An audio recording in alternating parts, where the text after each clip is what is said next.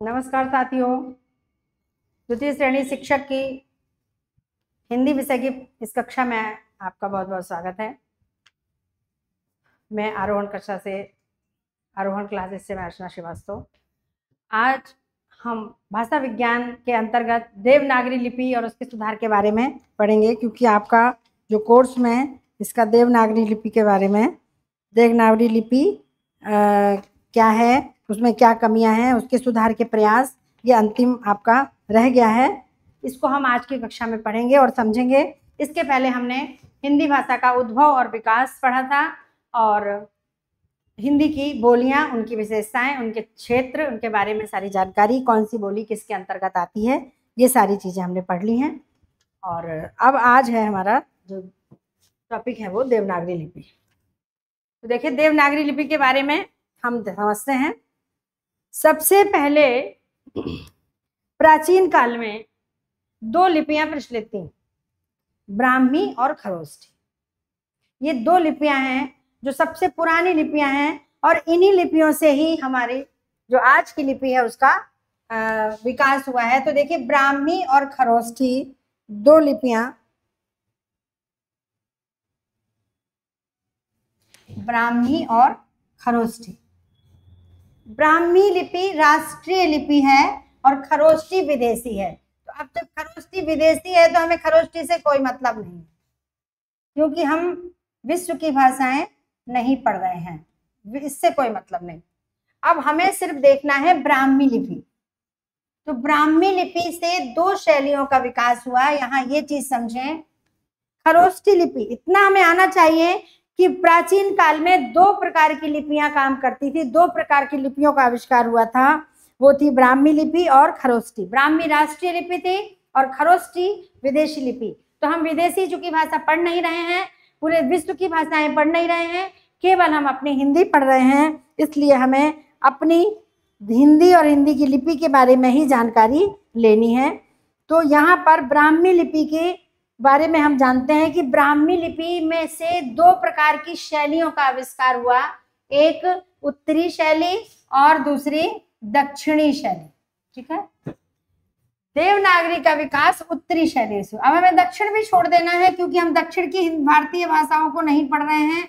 भारतीय भाषाएं अगर हम सारी पढ़ रहे होते तो हमें दक्षिणी लिपि को भी पढ़ना पड़ता, लेकिन हम सिर्फ और सिर्फ हिंदी भाषा पढ़ रहे हैं। इसलिए हमें भारत की, क्योंकि पूरे भारत में हिंदी नहीं बोली जाती है, हिंदी सिर्फ भारत के 10 राज्यों में ही बोली जाती है, इसलिए हमें ये भी, हम इस पर भी चर्चा करेंगे आगे। पहले देवनागरी के बारे में पढ़ लें, फिर हम थोड़ा सा हिंदी के बारे में, हिंदी भाषा, राजभाषा, राष्ट्रभाषा, इसके बारे में भी चर्चा करेंगे, हमारे पास समय रहेगा तो, क्योंकि थोड़ी सी चर्चाएं करेंगे, जानकारी होनी चाहिए। तो उत्तरी शैली से विकास हुआ।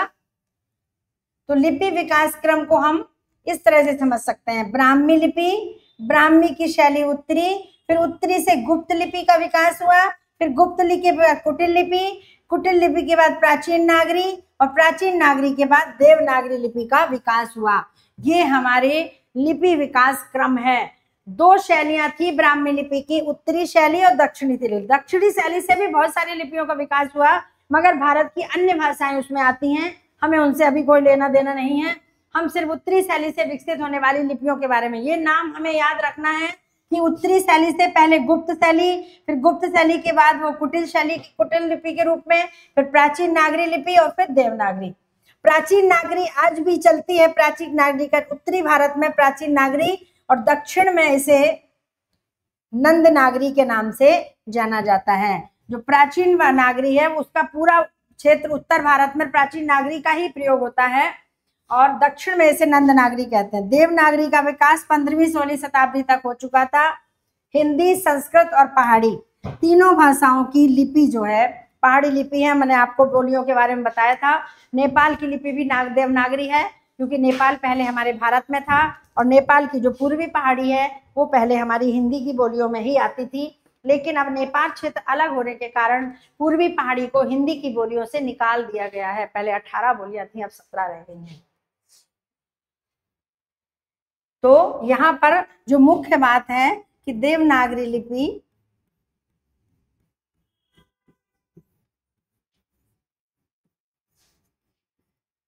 संस्कृत, हिंदी और पहाड़ी, क्योंकि पहाड़ी का पश्चिमी और मध्यवर्ती रूप तो अभी भी हिंदी में है।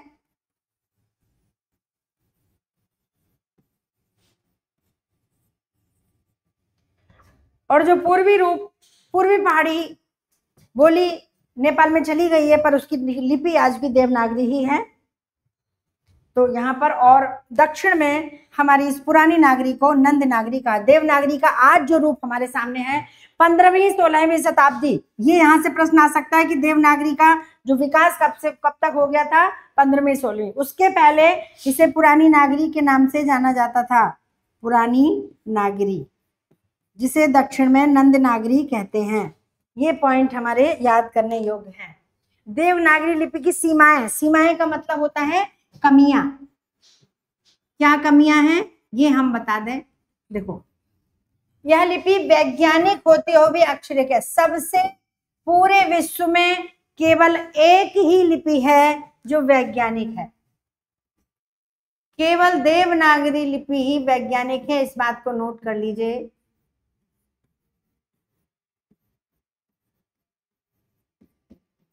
वैज्ञानिक मतलब जो बोला जाता है वही लिखा जाता है, जो बोला जाता है वही लिखा जाता है।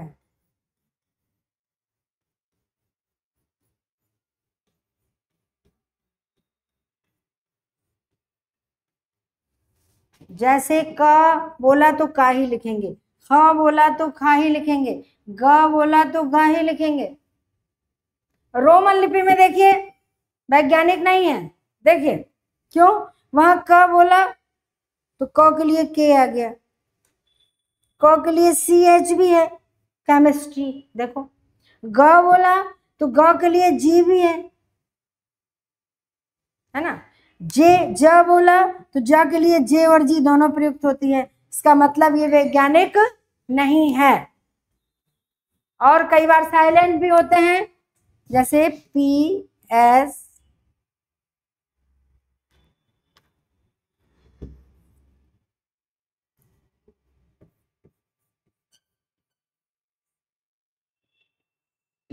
इसमें के साइलेंट है ना नॉलेज में। तो कई बार साइलेंट भी होते हैं, कई बार एक्स्ट्रा भी होते हैं, उनका कोई मतलब नहीं होता। कई बार कम भी होते हैं, अपने मन से बोलने पड़ते हैं। तो इस तरह से वैज्ञानिक नहीं है। लेकिन हमारी जो देवनागरी है वो वैज्ञानिक है, लेकिन अक्षरिक है। इसकी एक कमी की अक्षरिक है। अक्षरिक मतलब होता है कि अक्षर के अनुसार, जैसे कि मात्रा, मतलब कि इसमें जो अक्षर होते हैं वर्णनात्मक नहीं है, वर्णनात्मक होना चाहिए। अक्षरिक मतलब होता है जैसे हमने लिखा किसी, ठीक है, किसी, तो किसी में कितने अक्षर है, क, ई, स और ई, 4 हैं। लेकिन इन चारों को जोड़कर 2 में दिखाई देता है। जो स्वर होते हैं वो उसके अंदर समाहित हो जाते हैं। जैसे मान लीजिए इंग्लिश में रोमन लिपि में हम लिखते हैं रमन,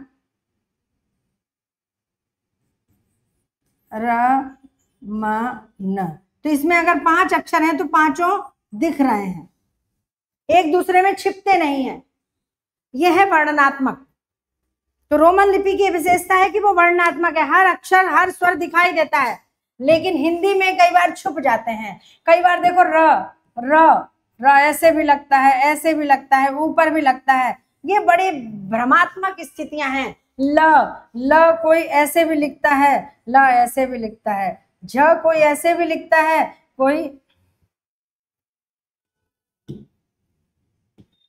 कोई इसको ऐसे भी लिखता है। अलग अलग तरह से अ भी लिखा जाता है। पहले लोग अ ऐसे लिखते थे, हैं, अ ऐसे लिखा जाता है। बहुत सारी ध्वनियां हैं। छ कोई ऐसे लिखता है, कोई ऐसे लिखता है, यहाँ जोड़ देता है। तो ये तरह तरह के जो हैं अक्षर, यहाँ पर अलग अलग टाइप के अक्षर जो है आते हैं, वो हमें भ्रमित करते हैं, है ना। जैसे ख जोड़कर लिखा जाता है, अगर जोड़े नहीं तो खाना और रवाना एक जैसा लगेगा। तो ये सारी जो इसमें कमियां हैं, है ना। ये मात्राएं देखो, पीछे दिखती हैं, नीचे दिखती हैं, ऊपर दिखती हैं, ये हमारी देवनागरी लिपि की कमियां हैं। ई होती है, बाद में पीछे चली जाती है। शक्ति शब्द लिखे तो देखो ये जो ई है वो तय में लगी है, लेकिन क के पीछे दिखाई दे रही है। तो इतनी भ्रमात्मक स्थितियों के कारण ही हिंदी लिखने में बच्चों से हमसे गलतियां हो जाती हैं, मात्रा लगाने में गलतियां हो जाती हैं। तो ये सारी इसकी कमियां हैं। ध्वनियां भ्रमात्मक है, भा और माँ में। कई बार बहुत ध्यान से लिखो तब ठीक है, वरना भा माँ घ और ध में अगर ये नहीं बनाओ तो एक जैसी ध्वनियां लगती हैं, भ्रम पैदा करती हैं। अनुस्वार और चंद्र बिंदी का कोई नियम नहीं है, कोई कहीं भी अनुस्वार लगा दे, कोई कहीं भी लिख दे। हमने हिंदी लिखी, जहां मर्जी आए बच्चे वहां अनुस्वार लगा देते हैं। अब यहाँ हिंदी लिखी, हिंदी, और कभी कभी किसी का मन आया तो यहाँ बिंदी भी लगा दी। तो हिंदी में कहाँ बिंदी लगनी है ये भी जानकारी नहीं है, इसका भी कोई सटीक नियम नहीं है। ये शुरुआत से थे, हालांकि बाद में सुधार हुए हैं। अब हिंदी या तो हम बिंदी लगाएं और या फिर हम ना आधा लिखें, है ना, पंचम वर्ण के स्थान पर ही अनुस्वार लगता है। तो ये ज्ञान जानकारी बहुत निश्चित बाद में हुई है, पर शुरुआत में ये सारी स्थितियां बड़ी भ्रामक हैं। शिरोरेखा की समस्या, जैसे ऊपर लगाना है लाइन, वो शिरोरेखा, ये जो लाइन लगी है उसको शिरोरेखा कहते हैं। कोई कोई क्या करता है, हिंदी लिखा और ये लगा दिया, पूरा यहाँ तक नहीं लगता है। तो ये भी, इसका भी कोई नियम नहीं है, बहुत जटिल है। पंचम वर्ण का भी नियम भ्रमात्मक है कि पंचम वर्ण में अब ये लगना है तो कहाँ लगेगा, ये लगना है, न लगना है, म लगना है, अंगा लगना है, ये सब कहाँ लगेंगे, किसके बाद लगेंगे, इसमें भी कठिनाई होती है। कैसे कठिनाई, देखिए इसको हम देखते हैं, इसको भी समझ लेते हैं। जैसे हमें ज्यादातर न और मैं, इनका प्रयोग पता होता है। जैसे हमने लिखा संधि, ठीक है, पता है, तो वर्ग का है ना, संबंध पता है। लेकिन अगर हमको संजय लिखना है तो अब संजय में ऐसे लिख देंगे तो ये गलत हो जाएगा, क्योंकि जो ज है इसका वर्ग लगेगा संजय, ऐसे, ठीक है। वांग्मय, वांग्मय में ये क वर्ग का लगेगा। तो ये चीजें पता ना होने के कारण फिर आगे चल के देवनागरी लिपि में जो सुधार किए गए, श्याम सुंदर दास ने इस पंचम वर्ण की भ्रमात्मकता से बचने के लिए, जो कि कहाँ कौन सा लगेगा, गलत हो जाएगा। जैसे यहाँ पर अभी हम एक शब्द लिख दें, गीतांजलि, है ना, तो देखिए ये गलत हो गया। क्यों? क्योंकि यहाँ पर ये लगेगा च वर्ग का। तो इससे बचने के लिए सबसे अच्छा तरीका है कि हम पंचम वर्ण न लगा करके सीधे सीधे अनुस्वार लगा दें, तो ये ज्यादा अच्छी स्थिति होगी। ये सुधार बाबू श्याम सुंदर दास ने किया, क्योंकि पता नहीं है कि इसका पंचम वर्ण लगेगा कि इसका लगेगा। इसमें भ्रम होने के कारण कई बार शब्द गलत लिखे जाते हैं, इसलिए अनुसार का प्रावधान रखा गया।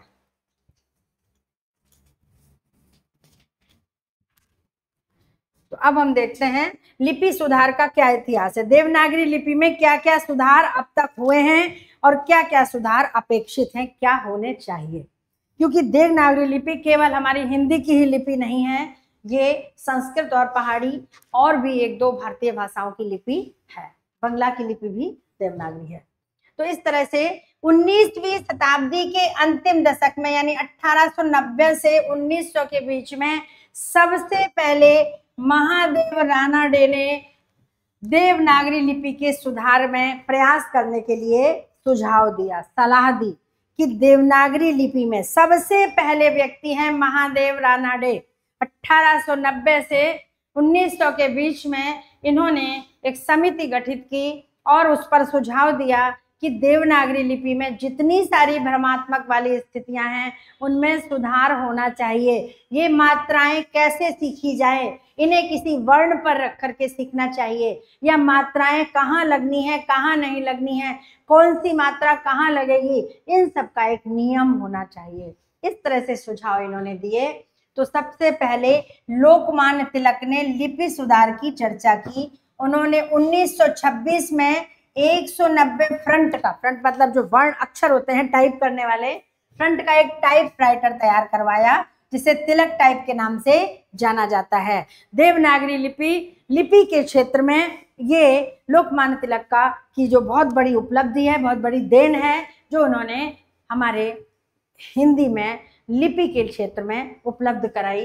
तिलक टाइप जो 1926 में इसको इन्होंने तैयार कराया और 190 जिसमें फ्रंट थे।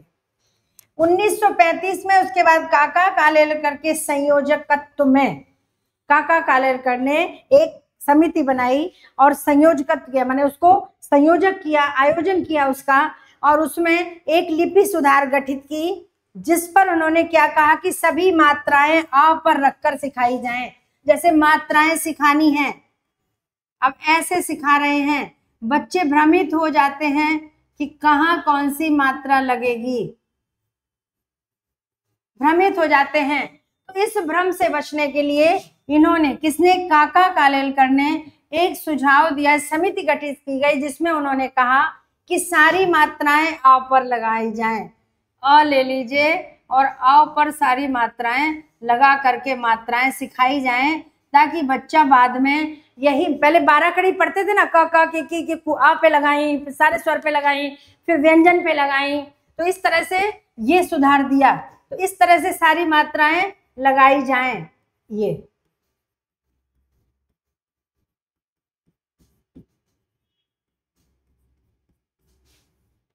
ओ तो वैसे भी ऐसे ही लिखा जाता है। तो इस तरह से करने के कारण फिर धीरे धीरे ये व्यंजन पे लगने लगी, क की, है ना। इसको कहते थे 12 खड़ी।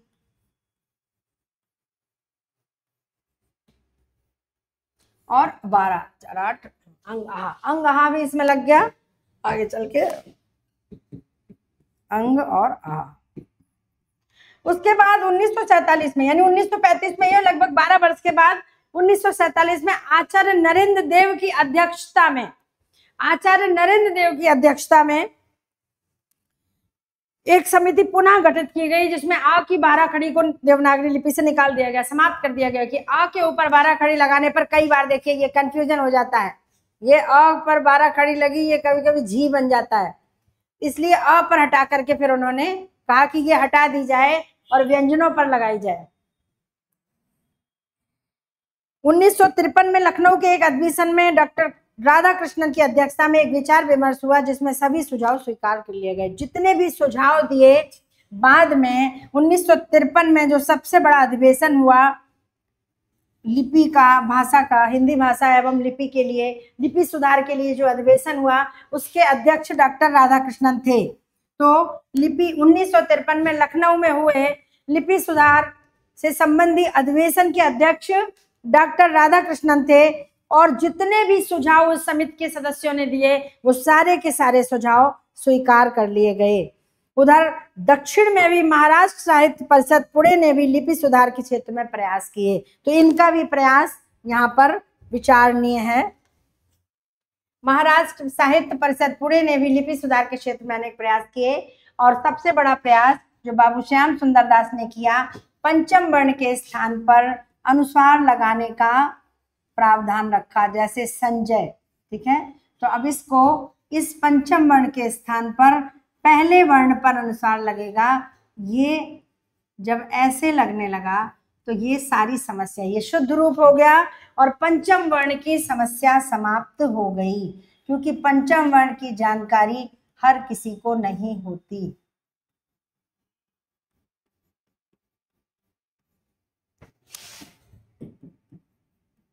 ये व्यंजन संधि के अंतर्गत भी हमने पढ़ा था, बताया जाता है, और समाप्त हो गई। और यहाँ एक चीज जरूर दिया कि अगर बाद में पंचम वर्ण हो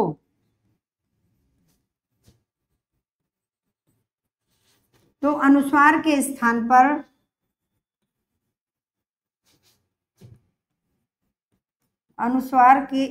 पर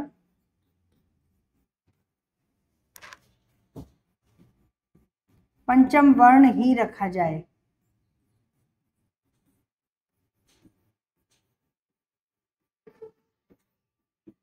पंचम वर्ण ही रखा जाए। जैसे जैसे अब लिखना है संधि, तो ये देखो संधि है, लेकिन अगर इसको हम पंचम वर्ण ही लिखें, लेकिन यहाँ पर पंचम वर्ण नहीं है, देखिए ये पंचम वर्ण नहीं है, इसलिए ये वाला रूप ज्यादा मान्य हुआ, गलत है भी नहीं है, शुद्ध दोनों है, ध्यान रखना, ठीक है।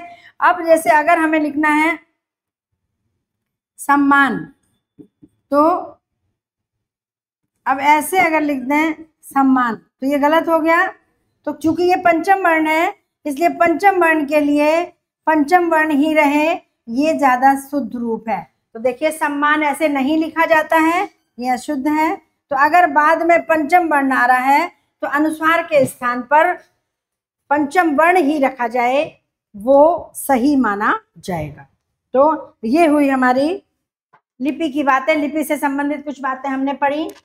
तो देवनागरी लिपि एक वैज्ञानिक लिपि है, लेकिन अक्षरिक है, वर्णनात्मक नहीं है, ये इसकी कमी है।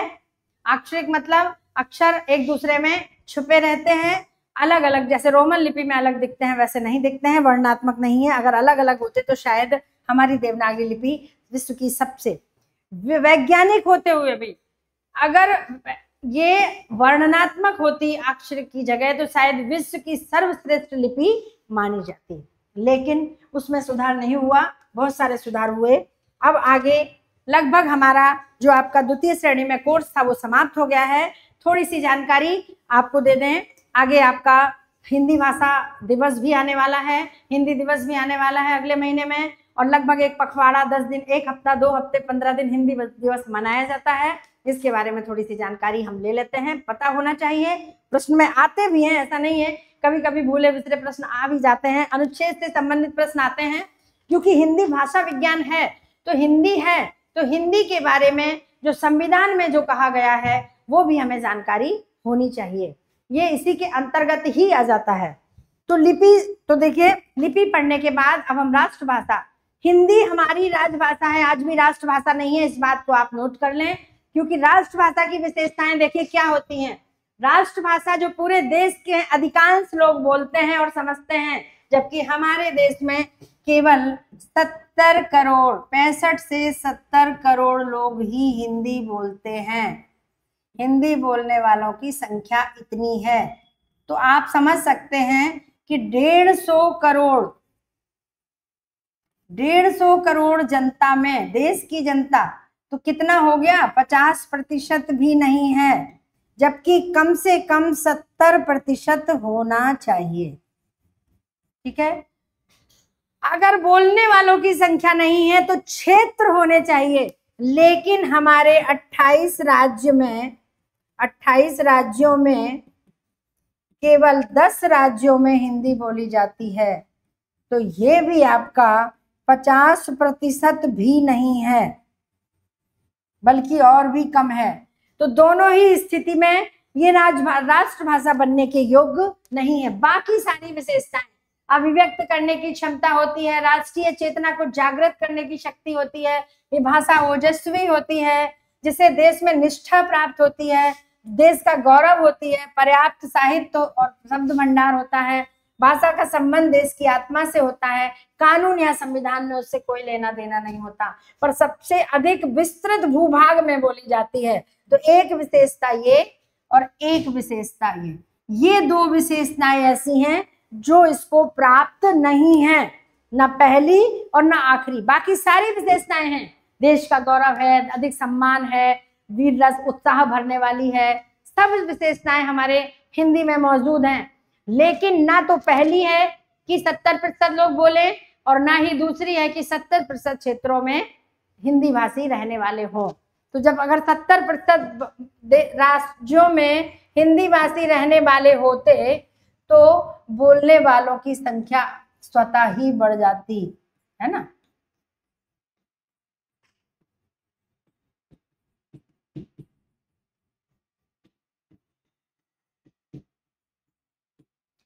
तो इस तरह से हम देखते हैं कि ये राष्ट्रभाषा नहीं है, राजभाषा है। मानक भाषा क्या है? हिंदी भाषा की कोई एक बोली या कोई उपबोली जो जिसे देश में सबसे प्रमुख स्थान प्राप्त होता है,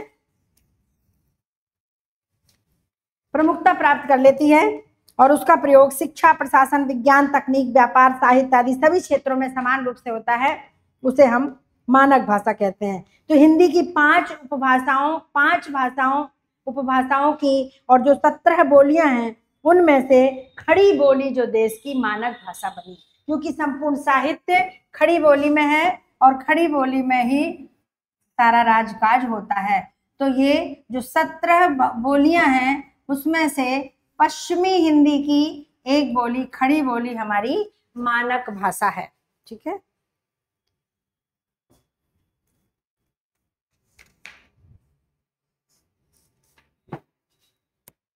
मानक भाषा की विशेषता है किसी देश की या राज्य की प्रतिनिधि भाषा होती है। बिल्कुल प्रतिनिधि भाषा है, क्योंकि हमारे क्षेत्र में, हमारे देश में हम ज्यादातर, ठीक है देश के बहुत सारे क्षेत्रों में नहीं बोली जाती है, लेकिन फिर भी हिंदी प्रतिनिधि भाषा है, क्योंकि अधिकांशतः समाचार पत्र हिंदी में आते हैं, अधिकांशतः टीवी चैनल हिंदी में होते हैं, अधिकांशतः न्यूज चैनल हिंदी में होते हैं।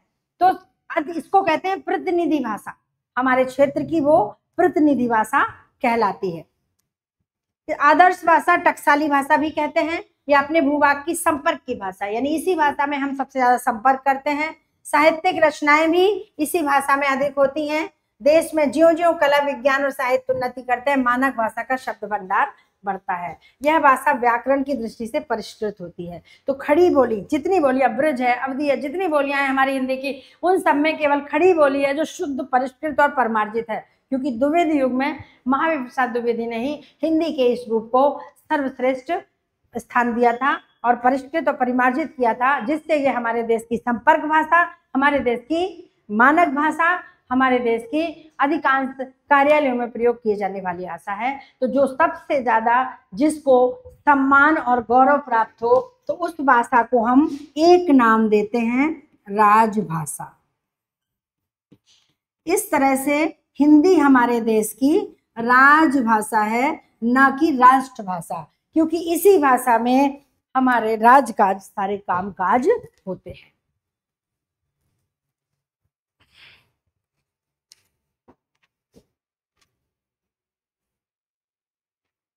राजभाषा सरकार द्वारा स्वीकृत सरकारी कामकाज की भाषा है। यह देश के 10 हिंदी भाषी राज्यों में बोली जाती है।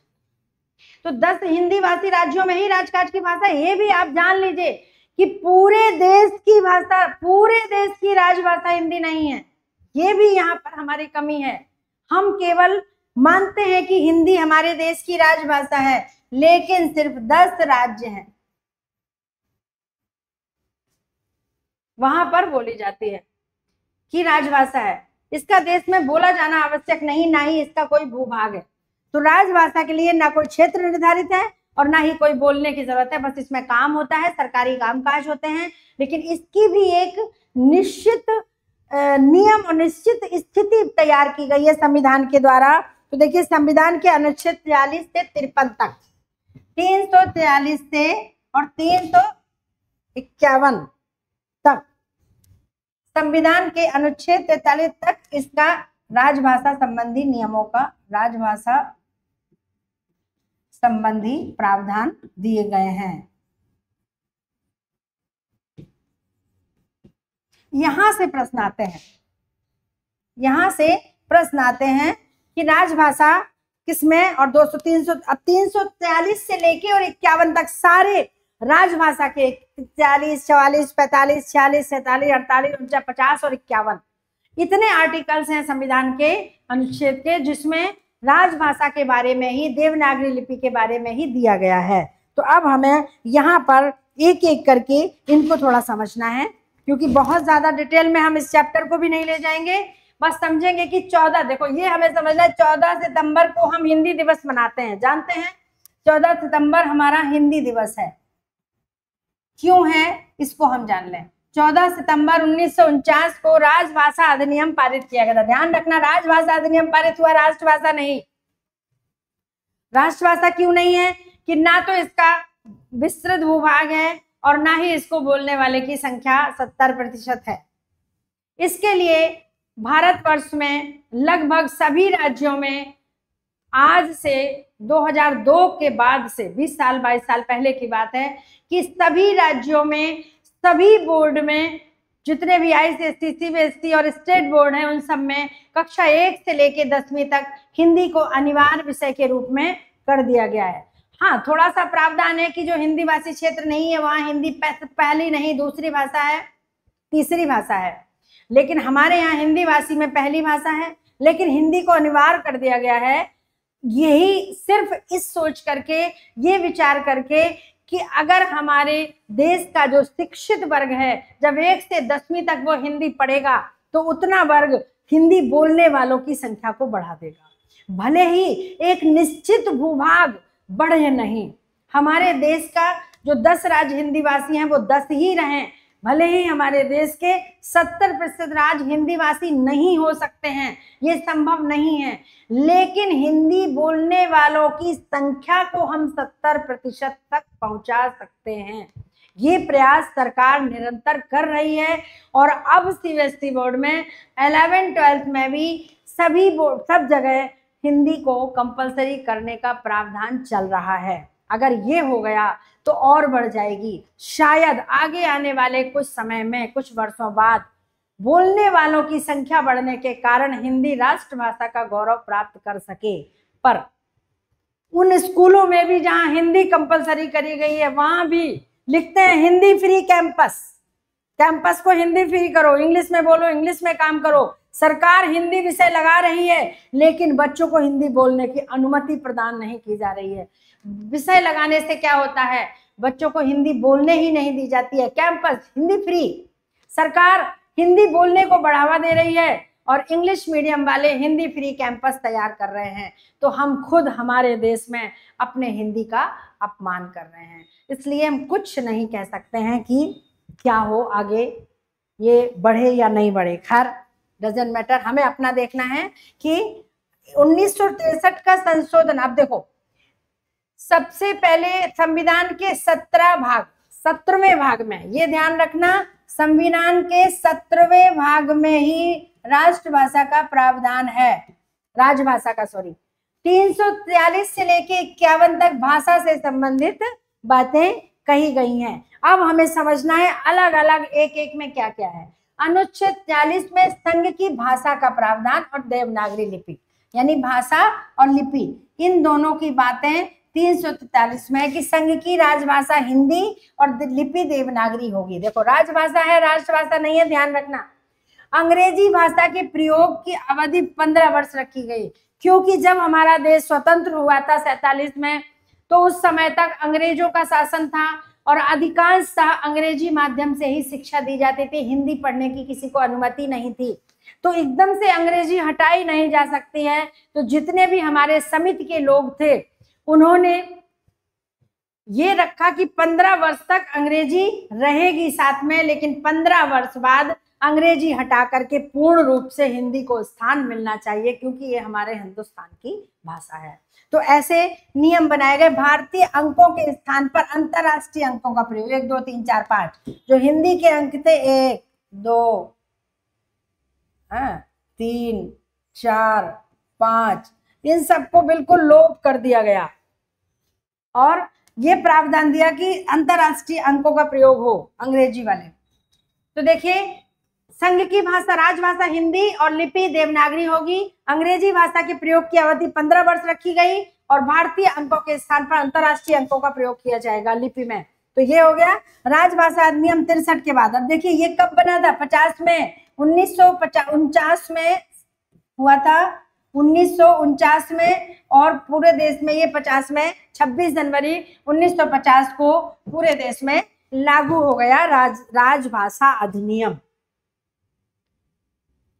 तो 50 से 15 वर्ष रखी गई थी। 15 मतलब 1965 के बाद अंग्रेजी को हिंदुस्तान से चले जाना चाहिए था, लेकिन हमारे ही देश के कुछ ऐसे विद्वान जो अंग्रेजी के समर्थक थे, हिंदी का समर्थन नहीं करते थे, उन्होंने एक अधिनियम 1963 में राजभाषा अधिनियम में संशोधन कराया और वहां क्या करा दिया कि अंग्रेजी की समय सीमा को ही समाप्त कर दिया। जो 15 वर्ष की समय अवधि रखी गई थी वही खत्म कर दी कि आजीवन अंग्रेजी का प्रयोग किया जा सकता है, अंग्रेजी को हटाने की आवश्यकता नहीं है। ये थे हमारे अहिंदी वाले जो हिंदी से प्रेम नहीं करते थे, हिंदी से शत्रुता करते थे। उन्होंने ऐसा संशोधन कराया कि अंग्रेजी को हटाने का काम ही खत्म हो गया। आगे देखिए, अनुच्छेद देखो 43 में भाषा और लिपि के बारे में है कि राजभाषा हिंदी रहेगी और लिपि देवनागरी रहेगी। अंतरराष्ट्रीय अंकों का प्रयोग किया जाएगा और 15 वर्ष तक अंग्रेजी की अवधि को रखा गया। लेकिन 1963 की यानी 12-13 वर्ष में ही राजभाषा संबंधी जो संशोधन हुआ इस अधिनियम में, उसके द्वारा अंग्रेजी की समय सीमा समाप्त कर दी गई। हमेशा आजीवन अंग्रेजी रहने वाली है, ऐसा किया गया। उसके बाद 44 में आयोग समिति गठन संबंधी प्रावधान है कि राजभाषा आयोग के लिए एक समिति गठित की गई। राजभाषा बना, राजभाषा संविधान बना, राजभाषा आयोग बना। उस आयोग के लिए एक समिति, क्योंकि एक ऑर्गेनाइजेशन बनती है, संगठन बनता है, तो उसके लिए समिति भी होती है, लोग भी होते हैं। जो लोगों की एक कमेटी समिति बनाई जाती है, उसे जो कि इसमें अध्यक्ष है, उपाध्यक्ष है, ये हैं, वो हैं, सदस्य हैं, उनका सारा हिसाब किताब देखने के लिए तो वो मेंबर्स की कमेटी बनती है, उसको कहते हैं समिति। तो देखिए 1955 में राजभाषा आयोग का गठन बीजी खेर की अध्यक्षता में हुआ। ये याद करने वाली बात है, राजभाषा आयोग का सबसे पहले 1955 में गठन किया गया, जिसके अध्यक्ष बीजी खेर थे। राजभाषा के कार्यान्वयन के लिए 3 समितियां गठित हुई। राजभाषा आयोग का गठन हुआ जिसके अध्यक्ष बीजी खेर थे 1955 में, और इस आयोग को चलाने के लिए, भाई एक ऑर्गेनाइजेशन तो बन गया, उसको चलाने के लिए लोग चाहिए। हम कोचिंग स्कूल खोल के बैठ जाएं, स्कूल चलाने के लिए हमें प्रिंसिपल, टीचर और क्लर्क, चपरासी बहुत सारे चाहिए ना, केवल ऑर्गेनाइजेशन अपने आप नहीं चलती है।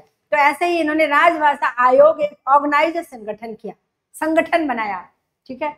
लेकिन उसको चलाने के लिए 3 समितियां गठित की, जिसमें पहली समिति थी केंद्रीय हिंदी समिति, जिसका अध्यक्ष हमेशा प्रधानमंत्री होता है। वो कोई भी हो, जो तत्कालीन प्रधानमंत्री होगा वो इस समिति का अध्यक्ष कहलाएगा। तो भाषा केंद्रीय हिंदी समिति का अध्यक्ष प्रधानमंत्री होता है। संसदीय राजभाषा समिति दूसरी थी, वो दूसरी संसदीय राज्य जिसका अध्यक्ष 20 सदस्य लोकसभा के और 10 सदस्य राज्यसभा के। जो भी प्रेजेंट वर्तमान समय में लोकसभा के सदस्य होंगे, राज्यसभा के सदस्य होंगे, उनमें से 20 सदस्य लोकसभा के और 10 सदस्य लोकसभा के इस समिति के अध्यक्ष होंगे। और हिंदी सलाहकार समिति जो तीसरी बनाई गई, उसका अध्यक्ष प्रत्येक मंत्रालय का एक मंत्री। जितने भी मंत्रालय बने हैं देश में, उन सब का एक मंत्री, वो कोई भी हो सकता है, वो उसका अध्यक्ष बनता है। इसके बाद अनुच्छेद देखो 43 में भाषा, राजभाषा होगी हिंदी और लिपि होगी देवनागरी। 44 में आयोग गठित हुआ और आयोग के लिए समितियां बनाएंगी, उसके बारे में। फिर 45, 46, 47 3 में प्रादेशिक भाषाओं का प्रावधान है, यानी कि जितनी भी हमारी अलग अलग प्रदेश की भाषाएं हैं, यानी भारतीय भाषाएं हैं, उनके प्रचार प्रसार की बातें इसमें, उनके अधिकार सुरक्षित हैं। अगर किसी भी प्रांत की, किसी भी प्रदेश की भाषा का कोई नुकसान हो रहा है, उस भाषा के साथ कोई खिलवाड़ कर रहा है, वहां के साहित्य के साथ कोई भी उसके साथ परेशानी हो रही है, वो अपनी सुनवाई यहाँ पर संविधान के 45, 46 और 47 अनुच्छेद के अंतर्गत कर सकता है, उसको अधिकार सुरक्षित है। फिर 48 में कानून की भाषा है, कानून बात है। 348 में कानून से संबंधित प्रावधान है, जहां स्पष्ट लिखा है कि कानून की भाषा अंग्रेजी ही होगी। उच्चतम न्यायालय, उच्च न्यायालय की भाषाओं का प्रावधान, समस्त कार्य उर्दू या अंग्रेजी में होंगे। देखिए कितनी बड़ी विडंबना है, आज भी हमारे देश में कानून की भाषा में अंग्रेजी और उर्दू का प्रयोग। ताजे राते हिंद की तहत, वहां हिंदी के 1-2 शब्द मिलेंगे, उर्दू में ही, या तो उर्दू में पत्र व्यवहार होता है या अंग्रेजी में। आज हम अपना मुकदमा खुद लड़ सकते हैं, अधिकार है, वकील बनने की जरूरत नहीं है। लेकिन क्यों नहीं लड़ते हैं? क्योंकि हमें उनकी भाषा नहीं आती, कानून की भाषा नहीं आती। अगर हिंदी में पत्र व्यवहार होता तो शायद हर व्यक्ति अपना मुकदमा लड़ सकता था। या तो वहां अंग्रेजी में पत्र व्यवहार होता है या उर्दू में होता है, और आधी से ज्यादा बातें तो हमें समझ में नहीं आती, इसलिए हमें वकील की आवश्यकता पड़ती है, क्योंकि वकील वो कानून की भाषा को पढ़ते हैं। तो आज भी यहाँ अंग्रेजी की ही भाषा है, उर्दू या अंग्रेजी। हिंदी का प्रवेश कानून की भाषा में नहीं हुआ है और ना ही कभी होगा। हिंदी का प्रवेश कानून की भाषा में नहीं है, कानून में नहीं है।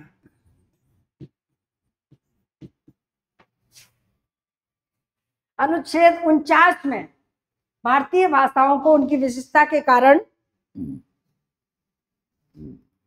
भारतीय भाषाओं को उनकी विशिष्टता के कारण उन्हें अधिनियमित करने का प्रावधान है। तो 48 में कानून है, ठीक है।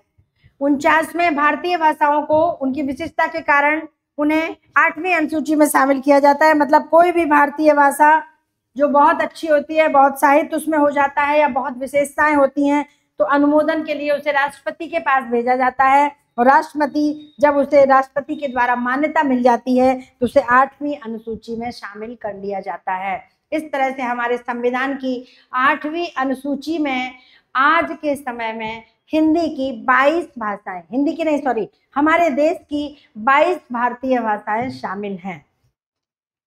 इनके बारे में हम थोड़ा देखते हैं। 49 में है ये, तो देखिए अनुसूची 8वीं अनुसूची में शामिल कर लिया जाता है, और 50 और 51 में हिंदी भाषा को राष्ट्रभाषा बनाने के लिए उसके प्रचार प्रसार का दायित्व सरकार पर सौंपा गया है, और प्राथमिक स्तर पर मातृभाषा में शिक्षा देने का प्रावधान।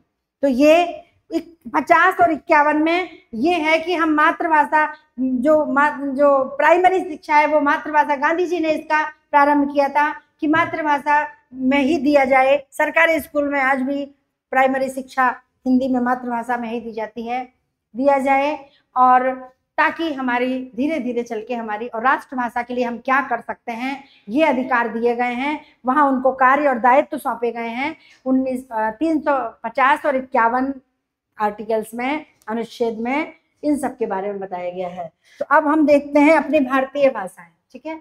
1976 के अनुसार राजभाषा विभाग ने भारतीय संघ के राज्यों को 3 वर्गों में विभक्त किया। देखिए ये हमने पढ़ लिया कि 1949 में जो है भारतीय भाषाओं का प्रावधान है, उनकी विशिष्टता के कारण उन्हें राष्ट्रपति के पास भेजा जाता है। राष्ट्रपति जब अनुमोदित कर देते हैं, मान्यता दे देते हैं, तो उसे 8वीं अनुसूची में शामिल कर लिया जाता है। इस तरह से धीरे धीरे बढ़ते बढ़ते आज 22 भाषाएं हमारी 8वीं अनुसूची में है। उन 22 भाषाओं को हम एक बार देख लेते हैं पहले, तुरंत के तुरंत। देखिए सबसे पहले 14 भाषाएं थी, बंगला, गुजराती, हिंदी, कन्नड़, कश्मीरी, मलयालम, मराठी, उड़िया, पंजाबी, संस्कृत, तमिल, उर्दू और असमिया। उसके बाद 1967 के 21वें संशोधन में सिंधी को शामिल किया गया, 15 हो गई।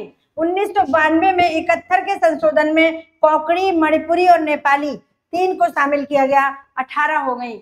और 2003 में संविधान के 22वें संशोधन के अनुसार बोडो, डोंगरी, संथाली और मैथिली अंतिम है। ये आ सकता है कि अंतिम संशोधन के द्वारा निम्नलिखित में से कौन सी भाषा नहीं है जो 8वीं अनुसूची में शामिल की गई। तो इन 4 के अलावा कोई भी दे सकते हैं। तो बोडो, डोंगरी, संथाली और मैथिली, ये मैथिली आपकी, ये देखो खुशी की बात है, सारी भारतीय भाषाएं हैं। ध्यान रखें, भारतीय भाषाएं, हिंदी तो अपनी है ये मूल, भारतीय भाषाएं सारी हैं। और भारतीय भाषाओं में कोई भी हिंदी के अलावा और कोई भी नहीं है जो हिंदी की बोली के अंतर्गत हो। लेकिन 92 संशोधन में, 92 वाले संशोधन में हिंदी की उपबोली बिहारी की, हिंदी की उपभाषा बिहारी की बोली मैथिली को 8वीं अनुसूची में शामिल होने का गौरव प्राप्त हुआ। इसका मतलब है कि हिंदी की जो 5वीं मतलब 5 बोलियां हैं, उनमें से बिहारी की उपबोली मैथिली में इतना पर्याप्त साहित्य और इतनी विशेषताएं हैं कि उसे 8वीं अनुसूची में शामिल किया गया है। और ये हिंदी के लिए एक बड़े गौरव की बात है। और अब आगे चल के 22 भाषाएं हो गई हैं। और अब कहते हैं हिंदी की अवधी और राजस्थानी दोनों प्रस्तावित हैं। ये अनुमोदन के लिए 349 अनुच्छेद में राष्ट्रपति के पास अनुमोदन के लिए प्रस्तावित हैं। भेजी जानी है या भेजी जा चुकी हैं, ये ऐसा अभी कोई सूचना नहीं है, लेकिन प्रस्तावित है। अगर राष्ट्रपति ने चाहा तो इन 2 भाषाओं को भी 8वीं अनुसूची में शामिल कर लिया जाएगा। तब उस समय हमारी हिंदी की 3 बोलियां, एक मुख्य हिंदी और 3 उसकी उपबोलियां शामिल हो जाएंगी। तो बिहारी की हो ही गई है, अवधी पूर्वी हिंदी की है और राजस्थानी पश्चिमी हिंदी की है। क्योंकि इस पश्चिमी हिंदी राजस्थानी में, मारवाड़ी में इतना साहित्य और अवधी में साहित्य है ही है कि इन्हें भी मिलना चाहिए, बाकी आगे सरकार की मर्जी।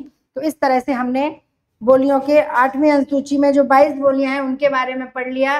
अब देखते हैं हमारे हिंदुस्तान के, भारत के जो सारे राज्य हैं वहां कैसे हिंदी का कितना काम होता है, कितना नहीं होता है। पूरे राज्यों को 3 वर्गों में रखा गया। जब राजभाषा हिंदी बनी, और राजभाषा कितने 10 राज्यों की है, 3 वर्गों में रखा गया। पहले वर्ग में हिंदी भाषी क्षेत्र है हिमाचल प्रदेश, हरियाणा, राजस्थान, उत्तर प्रदेश, मध्य प्रदेश, बिहार, उत्तरांचल, छत्तीसगढ़, झारखंड, दिल्ली और एक आपका अंडमान निकोबार द्वीप समूह, यह केंद्र शासित प्रदेश है।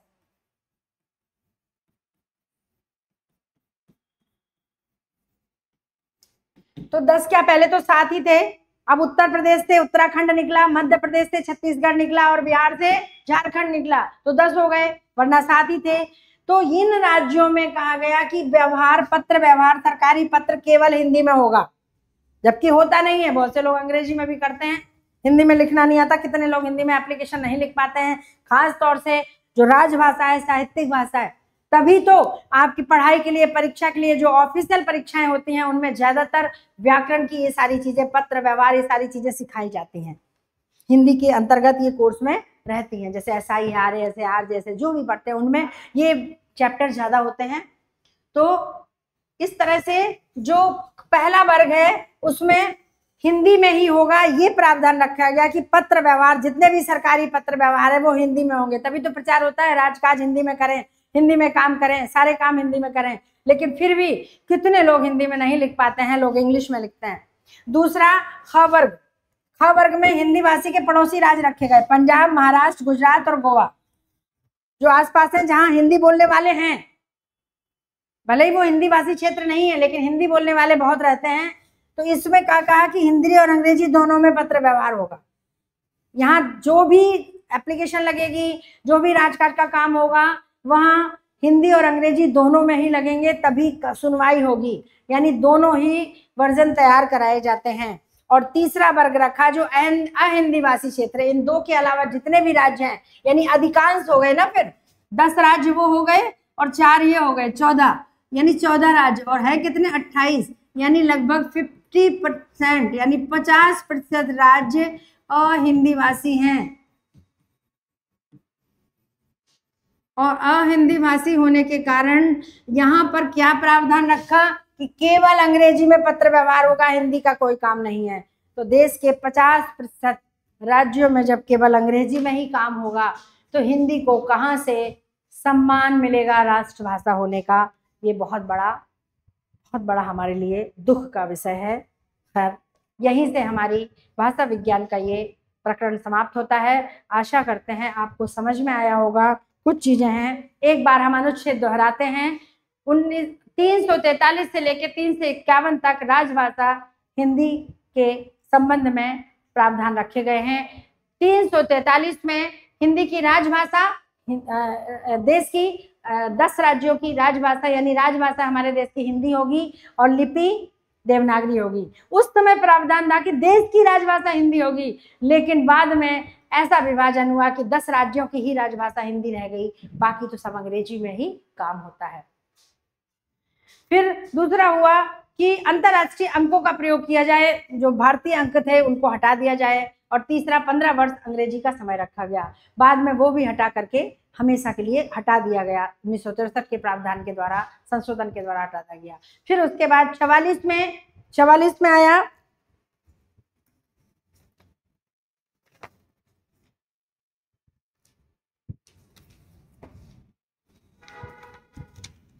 44 में हमने पढ़ा आयोग संबंधी गठन। जो राजभाषा आयोग का गठन हुआ उसके अंदर 3 समितियां गठित की गई। पहली समिति जो राजभाषा के कार्यान्वयन के लिए गठित की गई वो केंद्रीय हिंदी समिति, जिसका अध्यक्ष प्रधानमंत्री है। दूसरी समिति संसदीय राजभाषा समिति, जिसके अध्यक्ष 20 लोकसभा के सदस्य और 10 राज्यसभा के सदस्य होते हैं। और तीसरी है हिंदी सलाहकार समिति, जिसका अध्यक्ष प्रत्येक मंत्रालय का एक मंत्री हो सकता है।